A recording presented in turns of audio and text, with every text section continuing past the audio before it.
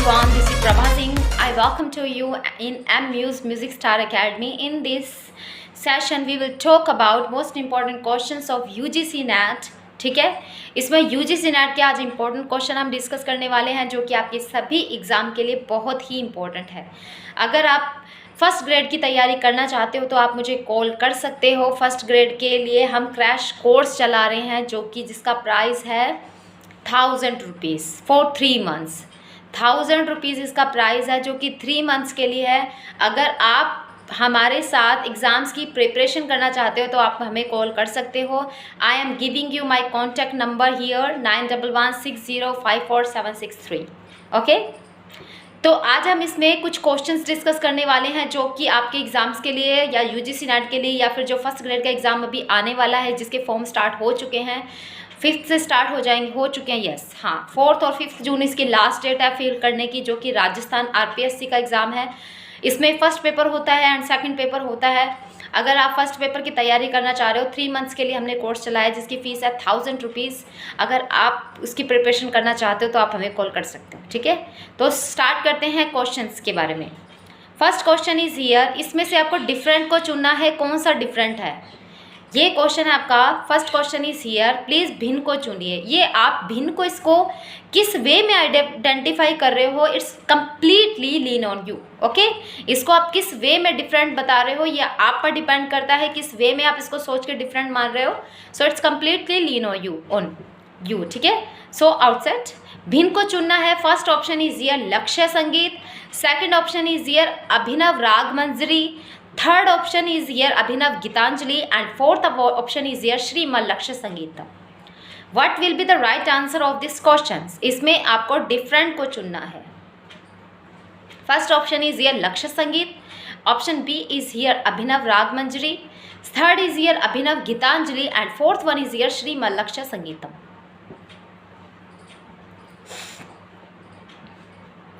देखो, इसका जो सही आंसर आएगा वो क्या आएगा?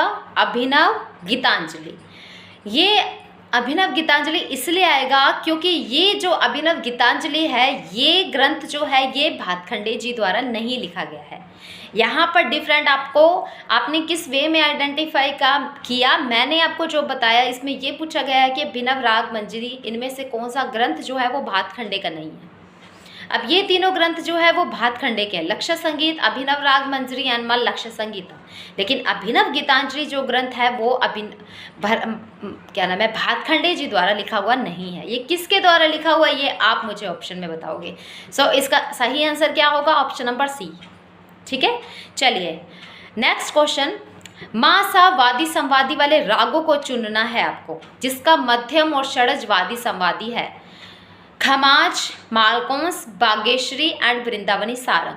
Option is here 1 2 3, option B is here 1 2 3 4, option C is here 2 3 and last one is here इनमें से कोई नहीं। इनमें से कौन सा वो राग है जिसका वादी और संवादी मध्यम और षड्ज होता है? आपको आइडेंटिफाई करना है ये।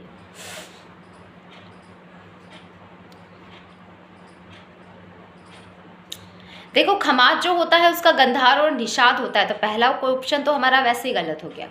सेकंड ऑप्शन है यहाँ वृंदावनी सारंग। वृंदावनी सारंग का ऋषभ और पंचम होता है, ये भी हमारा गलत हो गया। अब हमारे पास बचते हैं ऑप्शन 2 मालकोंस और बागेश्वरी। ये दोनों जो है पूर्वांग प्रधान राग हैं, मालकोंस और बागेश्वरी। इनका क्योंकि वादी मध्यम होता है और संवादी जो होता है वो षड्ज होता है, तो इसमें सही ऑप्शन क्या होगा?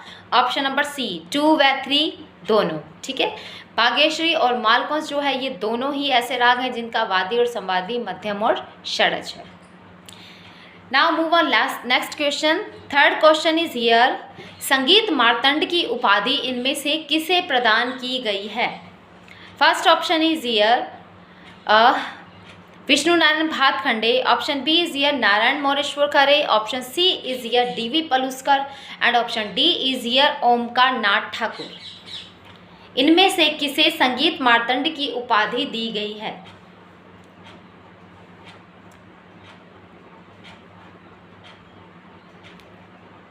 तो इसका सही आंसर जो आएगा वो आएगा ऑप्शन नंबर डी। संगीत मार्तंड की उपाधि जो दी गई है वो ओमकार नाथ ठाकुर को दी गई है। ओके, ओमकारनाथ ठाकुर को संगीत मार्तंड की उपाधि दी गई है और इनका जो उपनाम माना जाता है वो होता है प्रणव। इन्होंने अपनी श्रुतियों को सिर्फ 3 ही नाम दिए हैं, जो कि हैं कोमा, लघु, लीमा। और इन्होंने अपनी हर श्रुति का नाम, मतलब कि आप ये बोलोगी जिस भी स्वर पर इन्होंने श्रुति को एस्टैब्लिश किया है, जिस भी श्रुति पर स्वर को एस्टैब्लिश किया है, उसका हर श्रुति का नाम कोमा है। यानी कि षड्ज जिस पे है उसका नाम भी कोमा है, ऋषभ जिस पर है उसका नाम भी कोमा है, गंधार जिस पर है उसका नाम भी कोमा है।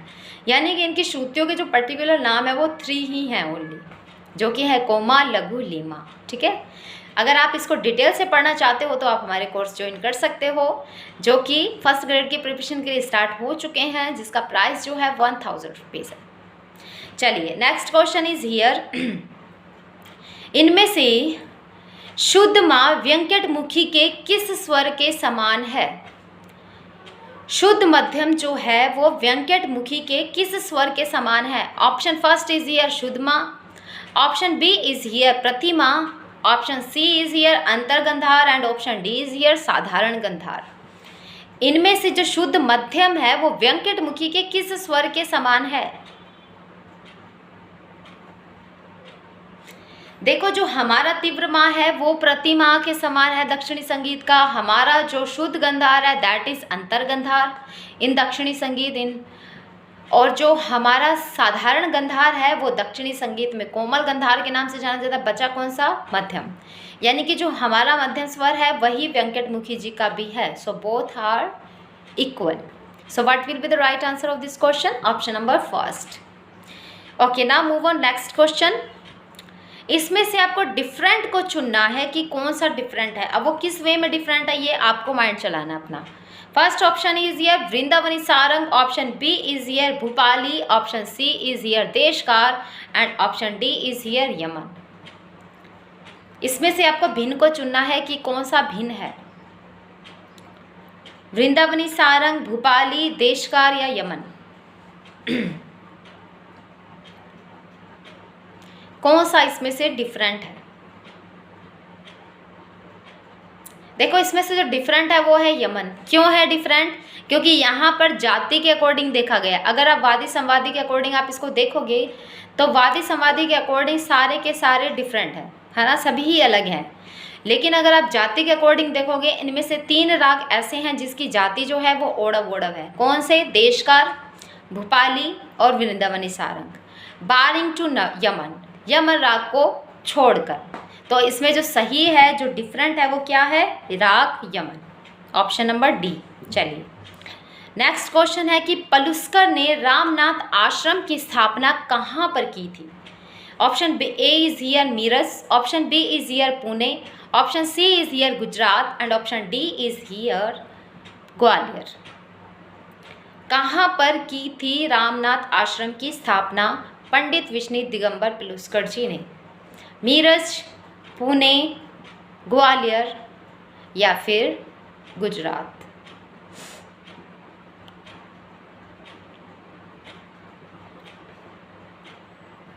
सो इसका सही आंसर जो होगा वो ग्वालियर होगा, सॉरी मीरज होगा। ठीक है, मीरज जो कि ग्वालियर में गांव पड़ता है, वहाँ पर इन्होंने रामनाथ आश्रम की स्थापना की थी। किसने? विष्णु दिगंबर पलुस्कर जी ने रामनाथ आश्रम की स्थापना जो की थी वो मीरज में की थी, जो कि ग्वालियर के पास एक छोटा सा गांव था। ठीक है, तो हमारा जो सही आंसर होगा वो ऑप्शन नंबर ए होगा। चलो now next move on next questions. अनिबद्ध गान के ग्रुप को पहचानना है आपको कि इनमें से अनिबद्ध गान का ग्रुप कौन सा है। Please listen this question very carefully. अनिबद्ध गान का ग्रुप या समूह है कौन सा है? ऑप्शन फर्स्ट इज हियर प्रबंध वस्तु रूपक, ऑप्शन बी इज हियर टप्पा ठुमरी तराना, ऑप्शन सी इज हियर ख्याल ध्रुपद। ठीक है, ख्याल ध्रुपद and option D is here आलाप्ती गान, रागालाप, रूप कालाप।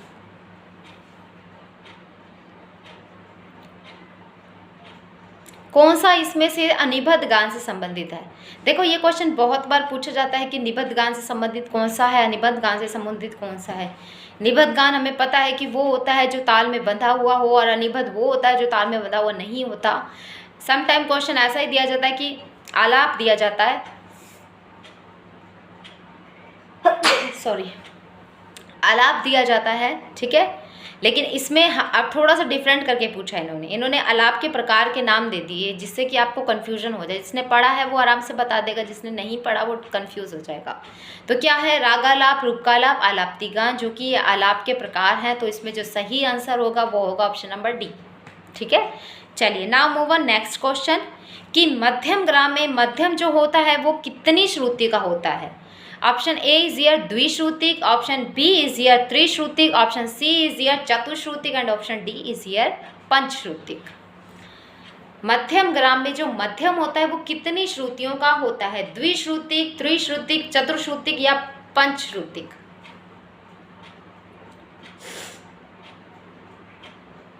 मध्यम ग्राम में जो मध्यम होता है वो कितनी श्रुतियों का होता है, द्विश्रुतिक, त्रिश्रुतिक, चतुश्रुतिक या पंचश्रुतिक। देखो सबसे पहले हम बात करते हैं षडज ग्राम की। षडज ग्राम की जो मूर्छनाओं का सीक्वेंस होता है कैसा होता है, 4 3 2 4 4 3 2। और वही मध्यम ग्राम का कैसा होता है, 4 3 4 4 3 2 4 3 4 2, ठीक है। अब आप ध्यान से अगर एक चीज़ देखो कि मध्यम ग्राम में जो षडज है, मध्यम है, वो चतुश्रुतिक ही है, उस पर कोई फैक्ट नहीं पड़ रहा है। और षडज ग्राम में भी चतुश्रुतिक है, उस पर कोई फैक्ट नहीं पड़ा। लेकिन मध्यम ग्राम में जो फैक्ट पड़ता है वो पंचम पे पड़ता है और धैवत पे पड़ता है।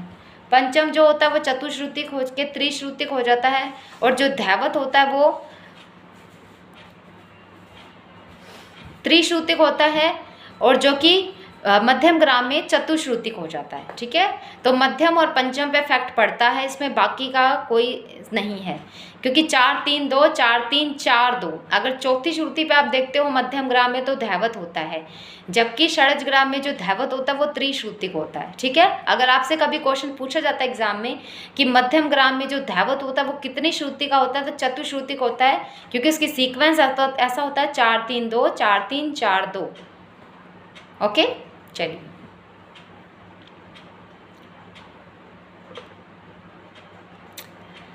चलिए नेक्स्ट क्वेश्चन है हमारा, इनमें से कौन सा प्रकार जो है वो गमक का नहीं है। ऑप्शन फर्स्ट इज ईयर सफूरित, ऑप्शन बी इज ईयर गुम्फित, ऑप्शन सी इज ईयर हुमफित and option D is year कंपित। Which one is not related to गमक। कौन सा इनमें से गमक का प्रकार नहीं है।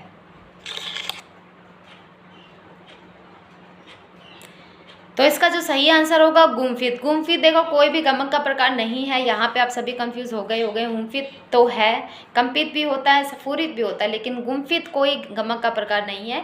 तो ऑप्शन बी जो है वो हमारा गलत हो जाएगा, ठीक है। चलिए नेक्स्ट क्वेश्चन पर डिस्कस करते हैं। टाइमिंग के अकॉर्डिंग आपको इनको लगाना है, टाइम के अकॉर्डिंग। क्या है, पहला हमारा ऑप्शन आर्चिक गान, दूसरा ऑप्शन हमारा वीणा के तार पर स्वरों की स्थापना, ऑप्शन सी इज ईयर स्वरों की आंदोलन संख्या एंड डी इज ईयर प्रमाण श्रुति। इसको टाइमिंग के अकॉर्डिंग आपको लगाना है, टाइम के अकॉर्डिंग आपको सेट करना है काल क्रमानुसार कि पहले कौन सा आया था या फिर बाद में कौन सा आया था।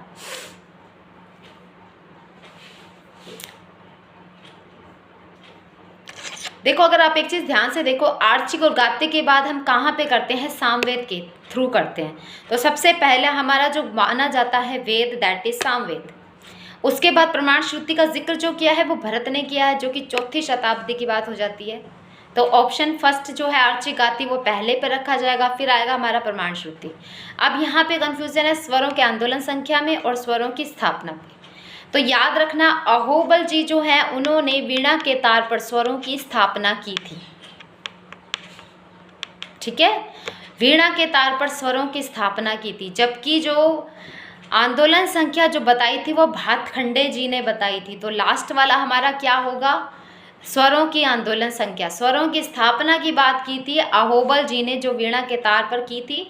तो थर्ड टाइम पे वीणा के तार पर स्वरों की स्थापना आ जाएगा, और लास्ट में जो आएगा वो आएगा उसकी आंदोलन संख्या, जो कि भातखंडे जी के द्वारा बताई गई थी, जो आज हम उन्हीं के स्वीकार करते हैं, ठीक है।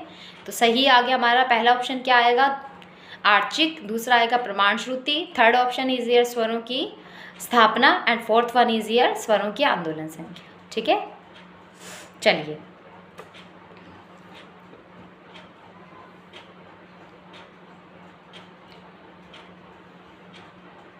इनमें से कौन सा पर्सन कथक नृत्य से संबंधित नहीं है? Option first is here Raja Chakradhar Singh, option B is here Bindadin Maharaj, option C is here Wajid Ali Shah and option D is here Raja Ramchandra Singh, Bhagyachandra Singh. Which one is not related to dance of Kathak?